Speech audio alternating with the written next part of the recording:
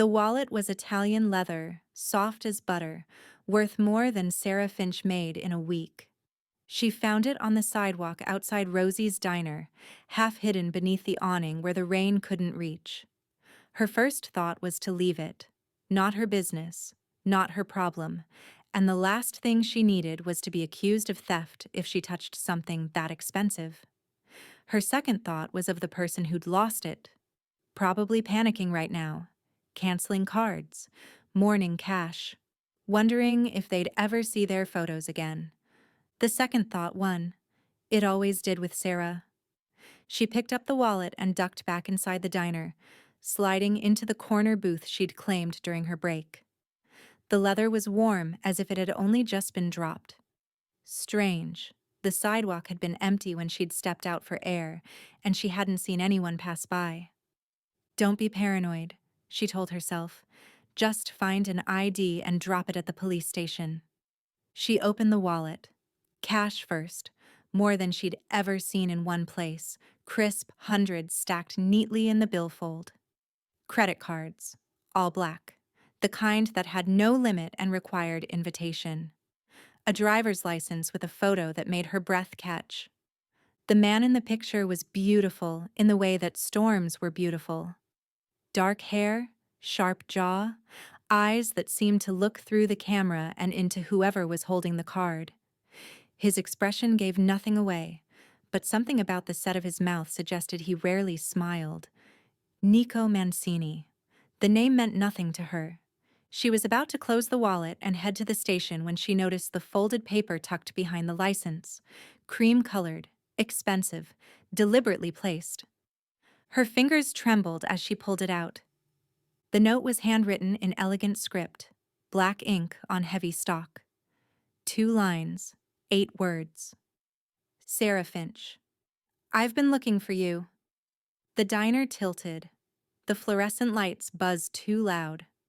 Sarah read the note again, certain she'd imagined it, certain this was some bizarre coincidence. Another Sarah Finch. A common name. Nothing to do with her. But her name wasn't common. She'd never met another Sarah in her life, and Finch was her mother's maiden name, the one she'd taken after her father disappeared when she was 12. Someone knew who she was. Someone had put her name in a wallet and dropped it where she would find it. Someone had been looking for her. Order up, Sarah. Tony's voice cut through her panic. Break's over, sweetheart. Table 7's getting antsy. She shoved the wallet into her apron pocket with shaking hands. Later. She would deal with this later, when her shift was done, and she could think straight and figure out what kind of sick game someone was playing. But her father's voice echoed in her memory, the lessons he'd drilled into her before he vanished. When something feels wrong, it is wrong. Trust your gut. And always, always know your exits. She worked the rest of her shift on autopilot, pouring coffee and clearing plates and smiling at customers who didn't see her at all. The wallet burned against her hip like a brand. Every time the door chimed, she flinched, expecting, what? A stranger with dark eyes and an explanation? Men in suits coming to collect what she'd found? By midnight, her nerves were shredded. She clocked out, grabbed her jacket, and stepped into the rain-slicked street. The subway was 3 blocks away. Her apartment was 40 minutes after that, a studio in the Bronx she could barely afford, with a lock that stuck and a radiator that clanked. She made it half a block before the black car pulled up beside her. The window rolled down. The man from the driver's license looked out at her, and Sarah's heart stopped. He was more devastating in person. The photo hadn't captured the intensity of his gaze, the way his presence seemed to bend the air around him. He wore a dark suit that probably cost more than her annual salary, and when he spoke, his voice was low and controlled, with just a hint of an accent she couldn't place. Miss Finch. Not a question. I believe you have something of mine. Run, her instinct screamed. Run now. But her feet wouldn't move. And beneath the fear, something else stirred. curiosity, sharp and dangerous. You dropped it on purpose, she said. The wallet. You wanted me to find it. Yes. Why? Because I needed to know if you were real. He opened the car door and stepped out, unfolding to his full height. He was tall, much taller than she'd expected, and he moved with the fluid grace of someone who had never been afraid of anything. My grandmother has been talking about you for 6 months, the angel who saved her life, the girl with the kind eyes who held her hand and sang to her while they waited for the ambulance. He stopped in front of her, close enough that she could smell his cologne, something dark and expensive, like wood smoke and winter. I had to see for myself if her angel was a saint or a con artist. Sarah's mind raced. 6 months ago, the park, the rain, Rosa. The woman in the park, she breathed. That was your grandmother? Rosa Mancini. She's the only family I have left. Something flickered behind his eyes. Pain, quickly suppressed. She wandered away from her caretaker. Early-stage dementia. By the time we found her, she was in the hospital, talking about the angel who'd saved her.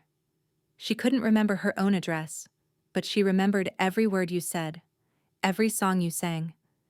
Sarah remembered too. The elderly woman on the bench, soaked to the bone, confused and frightened. The hours she'd spent coaxing her to the hospital, holding her hand through the intake process, returning day after day until Rosa was released into the care of people who clearly had money and resources Sarah could only dream of. She'd never expected to see Rosa again, had assumed the woman had forgotten her the moment she left the hospital room. She asks for you constantly. Nico's voice roughened. Her angel, the girl who made her feel safe. I've had investigators searching for 6 months, but you don't exist in any database. No social media, no credit history. Just a name on a lease and a work schedule at a diner that pays cash under the table. I like my privacy. I noticed. He reached into his jacket and Sarah tensed, but he only withdrew a business card, plain white with a phone number embossed in black. My grandmother is dying, Miss Finch. The dementia is progressing faster than the doctors expected. Most days, she doesn't know who I am, but she knows who you are. She calls for you in her sleep. Sarah's chest ached. She thought of Rosa's papery hands clutching hers, her clouded eyes brightening when Sarah walked into the room. She thought of the songs she'd sung, old standards her mother had loved, melodies that seemed to calm Rosa when nothing else could. What do you want from me? I want you to come see her, talk to her, sing to her if you're willing. He held out the card. I'll pay whatever you ask. Name your price. I don't want your money. Then what do you want? The question hung between them, heavy with implications Sarah didn't want to examine. She looked at this man, this beautiful, dangerous, desperate man, and saw something she recognized. The particular grief of watching someone you love disappear by inches. The helplessness of standing by while the person who raised you forgets your name. She'd seen that grief in her own mirror when her mother was dying. I want the truth, she said finally. All of it. Who you really are, what your family does, why you had to test me instead of just asking. If I'm walking into something, I want to know what it is. Nico studied her for a long moment. The rain had started again, misting down around them, catching in his dark hair like scattered diamonds. Get in the car, he said. I'll tell you everything. Sarah knew she should refuse, knew that getting into a stranger's car, especially this stranger's car, was the kind of decision that got women killed. But Rosa's face swam before her eyes. Rosa, who had called her angel. Rosa, who was dying and asking for her. Sarah Finch had spent her whole life playing it safe, staying invisible, keeping her head down and her heart locked away. Maybe it was time to take a risk. She climbed into the car, and Nico Mancini closed the door behind her with the soft, final click of a trap springing shut. He told her everything. The car glided through rain-slicked streets while Nico Mancini dismantled every illusion Sarah had about the world she was entering. The Mancini family. The empire they'd built across 3 generations. The blood that stained their fortune, no matter how many legitimate businesses they'd layered on top. "I'm a criminal," he said, his voice flat, unapologetic. "I've done things that would give you nightmares. I've ordered things done that are worse. If you want to walk away right now, I'll have my driver take you home and you'll never see me again." Sarah watched the city blur past her window. Her father had been a criminal too. A grifter. A liar. A man who'd taught her every trick in the book before vanishing into the night with $300,000 of other people's money. She knew what criminals look like. She knew how they moved, how they talked, how they justified their sins. Nico wasn't justifying anything. He was simply stating facts, letting her decide what to do with them. "Why tell me?" she asked. "You could have lied, made up some story about import-export or real estate. Most people in your position would. You asked for the truth. And you always give people what they ask for?" "No." His eyes met hers, dark and unreadable. "But you saved my grandmother's life. You held her hand and sang to her while she was terrified and alone. That earns you honesty, at minimum." Something shifted in Sarah's chest. She'd spent her whole life around liars, had learned to spot deception in the twitch of an eye, the pause before an answer, the careful construction of a too-perfect story. Nico Mancini was hiding things, certainly, but he wasn't lying to her. "Take me to see her," Sarah said. "Rosa. I want to see her before I decide anything." The Mancini estate sat on a clifftop overlooking the Hudson, all stone walls and old money and the kind of quiet that came from absolute security. Guards nodded as their car passed through the gates. Staff appeared and disappeared like ghosts. Everything whispered of power so entrenched it didn't need to announce itself. Rosa's suite occupied the entire east wing. Sarah followed Nico through hallways lined with family portraits, past a library that smelled of leather and old paper, into a sun-drenched room where an elderly woman sat by the window with a blanket over her lap. She looked smaller than Sarah remembered. Frailer. 6 months had carved new hollows in her cheeks, new shadows under her eyes.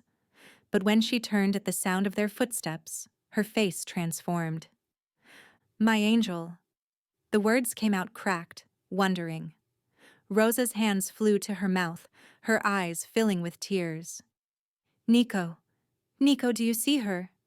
She came. I told you she'd come." "I see her, Nonna." His voice was rough. "I found her for you." "Angel." Rosa was reaching for her, struggling to rise from her chair. "Angel, Angel, come here. Let me look at you." Sarah crossed the room and dropped to her knees beside the chair, catching Rosa's hands in her own. They were cold, trembling, the skin paper-thin over bones that felt like bird wings. "Hello, Rosa." She smiled through the tears she couldn't stop. "I missed you. You came back. They all said you wouldn't, said I imagined you, but I knew. I knew you were real." Rosa cupped Sarah's face in her palms, studying her with the fierce attention of someone memorizing every detail. Kind eyes. That's what I remembered most. Such kind eyes. "I would have come sooner if I'd known how to find you. You're here now. That's what matters." Rosa's gaze drifted to Nico, standing frozen in the doorway. "She's here now. My angel. You brought her to me." "I did, Nonna." "Good boy. Such a good boy." Rosa's attention wandered, her grip on Sarah's hands loosening. "Marco? Marco, is that you? I thought you were... I thought..." "It's Nico, Nonna." His voice broke on the name. "Your grandson. Remember?" But Rosa had slipped away, her eyes going distant, her mind retreating to whatever fractured landscape the disease had built for her. She began humming softly, a lullaby Sarah didn't recognize, her hands moving restlessly against the blanket. Sarah looked at Nico. He stood perfectly still, his face carved from stone, but she saw what it cost him. The grief that flickered beneath the surface. The boy who was losing his grandmother one memory at a time, watching her vanish into a fog that would never lift. She knew that grief. She'd lived it. "Sing to her," he said quietly. "Please. It's the only thing that brings her back." Sarah turned to Rosa, took her restless hands, and began to sing. The melody came without thought. An old standard. "Someone to watch over me." The song her mother had sung to her every night as a child. Rosa's humming faltered, then stopped. Her eyes cleared, focusing on Sarah's face with sudden, startling lucidity. "There you are," Rosa whispered. "There's my angel." They stayed like that for an hour. Sarah singing, Rosa listening, Nico watching from the doorway with an expression that peeled back every layer of armor he'd built. When Rosa finally drifted to sleep, still holding Sarah's hand, the silence in the room felt sacred. "Name your price," Nico said. "I'll give you anything." Sarah looked at Rosa's sleeping face, at the peace that had settled over her features for the first time since they'd entered the room. She thought of her empty apartment, her dead-end job, the careful invisibility she'd built to protect herself from a world that had never given her anything. And then she thought of this woman who had called her angel, who had remembered her when she couldn't remember her own grandson. "I don't want payment," Sarah said, "but I'll come, every day if I can. I'll sit with her and sing to her and hold her hand." "That's not enough." Nico moved toward her, his footsteps soundless on the thick carpet. "I want you here, living in the estate, available whenever she needs you. You want to buy me. I want to take care of you." He stopped in front of her, close enough that she had to tilt her head back to meet his eyes. "Room and board. A salary that will erase every debt you've ever had. Security. Stability. A chance to stop running from whatever made you disappear in the first place." "I'm not running. You're invisible. No history, no connections, no footprint. That's not privacy, Sarah. That's hiding." His voice softened. "Whatever you're hiding from, I can protect you from it. You just have to trust me." Trust. Such a small word for such an impossible thing. But Rosa's hand was still wrapped around hers, warm and fragile. And Nico Mancini was looking at her like she was a miracle he didn't quite believe in. "1 week," Sarah said. "A trial. After that, we renegotiate." But something that might have been relief flickered across his face. 1 week. She should have felt like she was signing away her freedom. Instead, she felt like she was finally stepping into the light. 1 week became 2.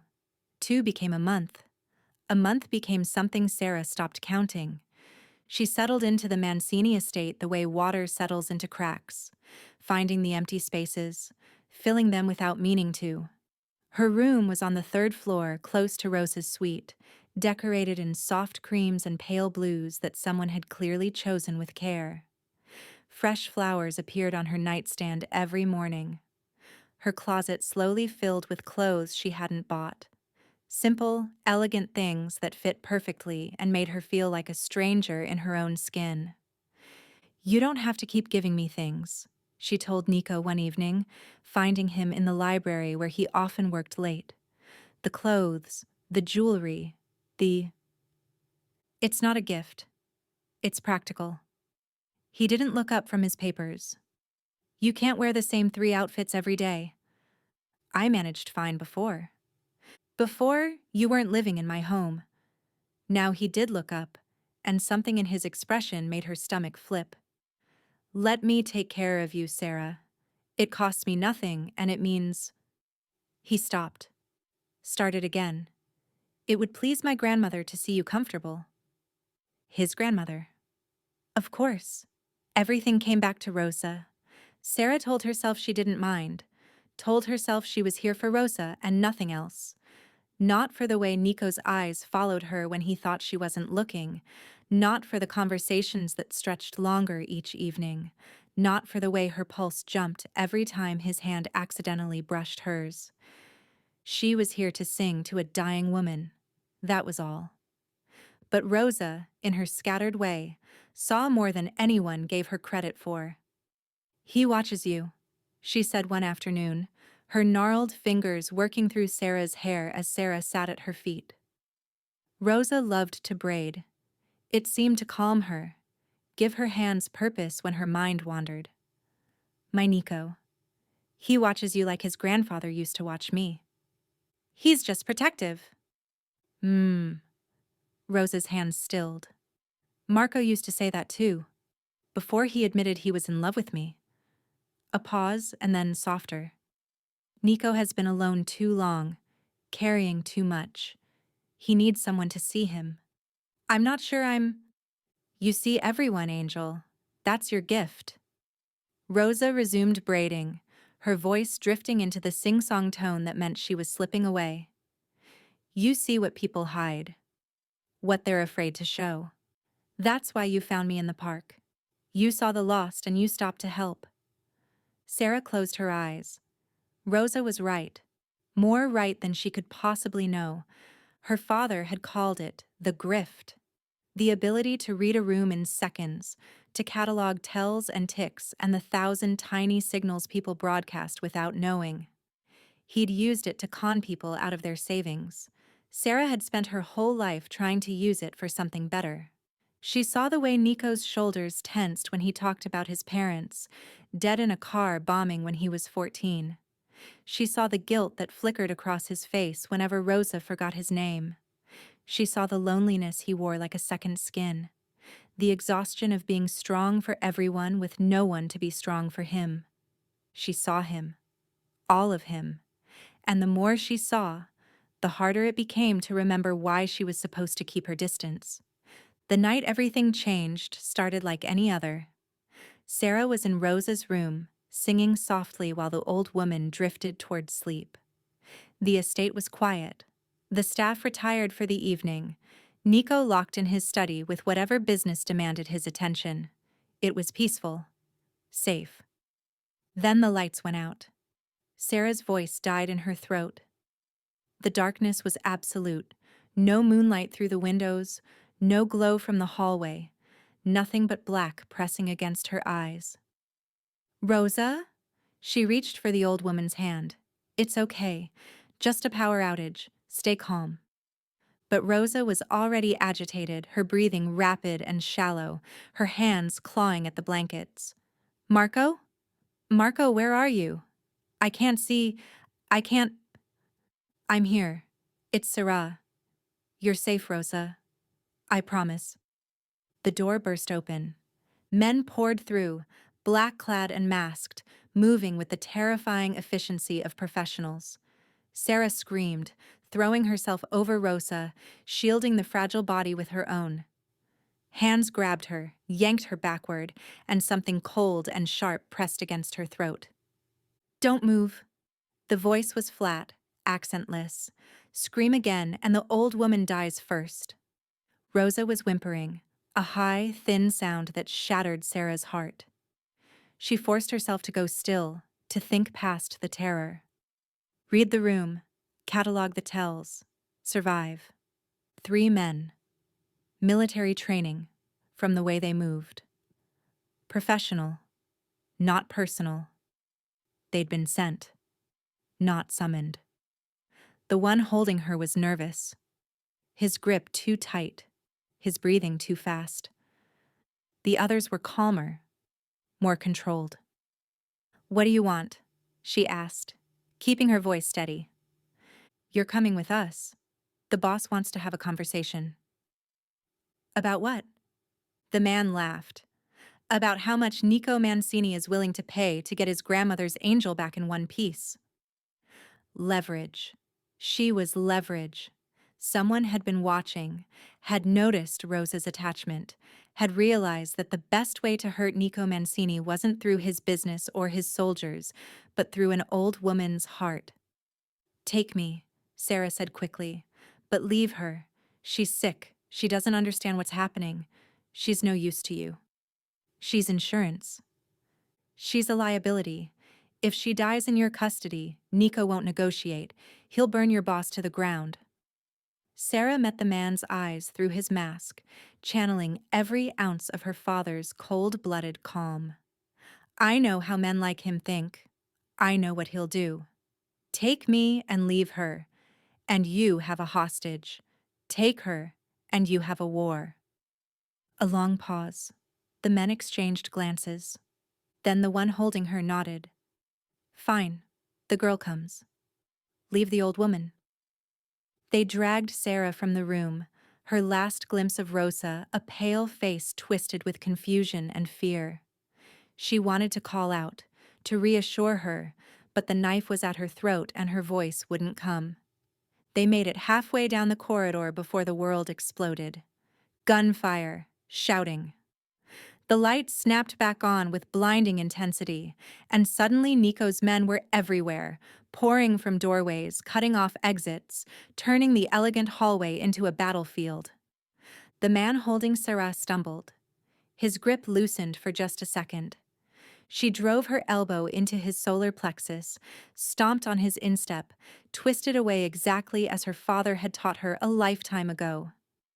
The knife scored a burning line across her collarbone, but she was free, scrambling backward, her blood roaring in her ears.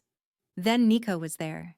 He materialized from the chaos like a dark angel, his face carved from fury, a gun in his hand that he used with devastating precision. The man who'd held Sarah dropped. The others followed seconds later, and then it was over. Silence falling like a curtain, broken only by the distant sound of Rosa's weeping. "Sarah." Nico's hands were on her face, her shoulders, her arms, checking for damage with frantic intensity. "Are you hurt? Did they... the blood?" "It's superficial." Her voice came from far away. "Rosa. Someone needs to check on Rosa." "My men are with her. She's safe." His hands stilled on her shoulders, his grip almost painful. "You're safe. God, when I saw them take you, when I realized what was happening." "How did you know?" "Silent alarm. The moment the power cut, I knew." His forehead dropped to hers, his breath ragged against her skin. "I thought I was too late. I thought I'd lost you." "You didn't." She reached up, her bloodied fingers finding his jaw, turning his face until their eyes met. "I'm right here." He kissed her. It wasn't gentle. It wasn't careful. It was desperate and fierce, and tasted like fear and relief, and something that had been building since the moment she'd climbed into his car in the rain. Sarah kissed him back with everything she had, her hands fisting in his shirt, her body pressing against his like she could absorb his strength through her skin. When they finally broke apart, they were both trembling. "Sarah." Her name on his lips sounded like a prayer. "I can't. I don't know how to do this. Any of this. But I know that I can't lose you. Not now. Not ever." "Then don't." She pressed her palm against his chest, feeling his heart pound beneath her fingers. "Don't lose me, Nico. Keep me." His arms wrapped around her, crushing her against him, and Sarah let herself be held by a man she should have been afraid of. But fear was the last thing she felt. The man who'd ordered the attack was named Victor Castellano. Sarah learned this in the hours that followed, sitting in Nico's study while his men worked through the night, interrogating the survivors, tracing the vehicles, piecing together the threads of a conspiracy that had been building for months. "Castellano has been circling my territory for years," Nico said, his voice tight with controlled rage. "We had an understanding. He stays on his side of the river, I stay on mine. But he's ambitious, hungry, and apparently, He's been watching this estate, looking for weaknesses. He found one. Sarah touched the bandage at her collarbone, the wound already stitched and numbed. Me. No. Nico crossed to where she sat, crouching in front of her chair so their eyes were level. You're not a weakness. You're the reason my grandmother is still lucid enough to know my name. You're the reason I... He stopped, jaw tightening. Castellano made a mistake. He thought hurting you would break me.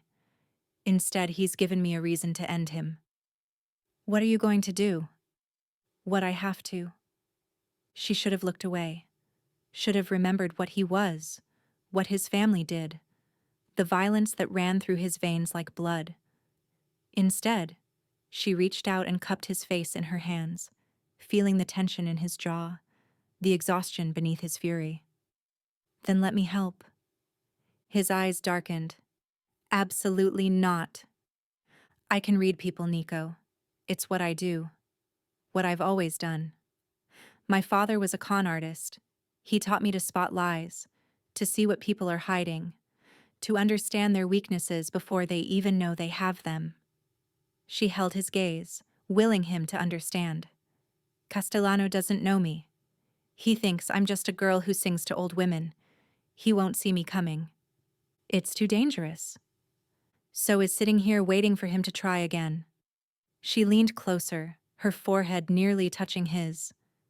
You said you wanted to protect me. The best way to do that is to end this. Let me help you end it. The silence stretched between them, heavy with everything unspoken. Finally, Nico exhaled, a sound of surrender. If anything happens to you, it won't. I've been surviving men like Castellano my whole life. She smiled, small and fierce. Trust me. The meet was arranged for the following night. Neutral Territory, a restaurant in Midtown that catered to men who did business in shadows. Nico would sit across from Castellano and negotiate a peace that neither of them wanted.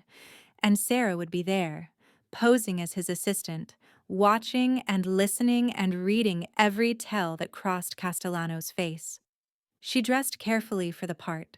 A sleek black dress that Nico had sent to her room, elegant but understated. Minimal jewelry. Hair pulled back in a severe twist that made her look older, sharper. Nothing like the soft-eyed angel Rosa had described. When she descended the stairs, Nico was waiting in the foyer. He turned at the sound of her heels, and something flared in his expression, heat and hunger, and a fierce, possessive pride that made her breath catch. You look. He stopped, shaking his head. I'm not going to be able to focus. Good. Then neither will Castellano. She crossed to him and straightened his tie, a gesture that felt strangely intimate. Remember, let him talk. People reveal more when they think they're in control. Is that what your father taught you? That's what life taught me. My father just gave me the vocabulary. The restaurant was opulent in the way that old money always was. Dark wood, soft lighting, waiters who moved like ghosts. Castellano had arrived first, a calculated power play that Sarah noted and filed away. He sat at a corner table with two bodyguards flanking him, a glass of red wine untouched at his elbow. He was older than she'd expected. Mid-60s, silver-haired, with a face that might have been handsome before cruelty carved its permanent lines. His smile when he saw them was all teeth. No warmth. Mancini. He didn't rise. I see you brought your little bird. Bold choice, after last night. Bold choices are what keep men like us alive. Nico pulled out Sarah's chair before taking his own, a gesture of respect that wasn't lost on Castellano. You wanted to talk. So talk. Straight to business. I appreciate that. Castellano swirled his wine, watching the light play through the glass. You've built something impressive, Nico. Your father would be proud. But you've also built something fragile. An empire held together by fear and reputation, with nothing underneath to catch it if it falls. And you think you can make it fall? I think I already have. Castellano's eyes slid to Sarah, and she felt the weight of his gaze like a physical thing. One girl, that's all it took. One pretty face, and suddenly the great Nico Mancini is willing to sit across from me like a supplicant begging for peace. Sarah watched him as he spoke, catalogued the tells, the way his fingers tapped against the table. Nervous energy, poorly concealed. The slight tick at the corner of his eye when he mentioned Nico's father. Old grudge, personal. The way he looked at her, dismissive, predatory, underestimating. He was scared. Beneath the bluster and the power plays, Victor Castellano was a man who had overplayed his hand and was desperately trying not to show it. The attack on the estate had been a gamble. It had failed. And now he was here, pretending to negotiate from strength when really he was scrambling to find a way out. Sarah caught Nico's eye and gave an almost imperceptible nod. His expression didn't change, but she saw his shoulders relax a fraction. He'd understood. You're right, Nico said, his voice calm. One girl, one pretty face. That's all it took. He leaned forward, his elbows on the table, his posture deliberately casual. But not in the way you think. Castellano's smile flickered. Meaning? Meaning you sent 6 men into my home, and one girl convinced them to leave my grandmother behind. One girl talked her way out of a knife at her throat and bought enough time for my men to respond. One girl read your entire operation in 30 seconds and told me exactly where to find the holes. Nico's voice hardened. She's not my weakness, Victor. She's the reason you're sitting across from me right now instead of bleeding out in a warehouse. The color drained from Castellano's face. You think I came here to negotiate? Nico continued, rising from his chair. I came here to deliver a message. Your accounts have been frozen, your shipments have been intercepted, and the 3 lieutenants you trusted most are currently having very enlightening conversations with my people about exactly how far your reach extends. You're bluffing. Check your phone. Castellano's hand trembled as he pulled out his device.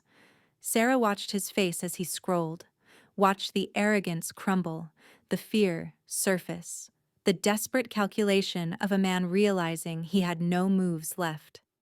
This is war, Castellano said hoarsely. No, this is the end of a war you started and couldn't finish. Nico buttoned his jacket, calm and unhurried. You have 24 hours to leave the city. After that, I stop being generous. He extended his hand to Sarah. She took it and rose, feeling the warmth of his palm against hers, the steadiness of his grip. They were halfway to the door when Castellano moved. Sarah saw it before anyone else. The desperation in his eyes, the hand diving into his jacket, the glint of metal emerging from the shadows. Her father's voice screamed in her head, "Exit now. Move." She shoved Nico sideways as the shot rang out. Pain exploded through her shoulder. She hit the ground hard, the world tilting, Nico's voice cutting through the chaos. Her name, over and over, raw with terror. Then more gunshots. Shouting.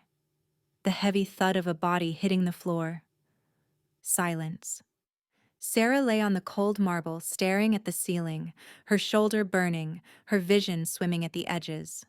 Nico's face appeared above her, pale and stricken, his hands pressing against the wound with desperate pressure. Stay with me. His voice cracked.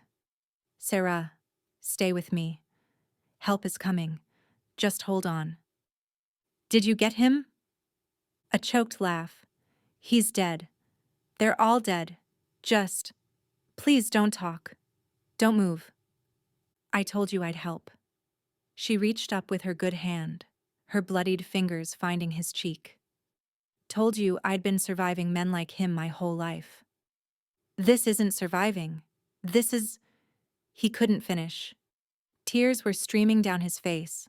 This man who had never let anyone see him break. Don't you dare leave me. Do you understand? Don't you dare. I'm not going anywhere. Her voice was fading, the darkness creeping in at the edges.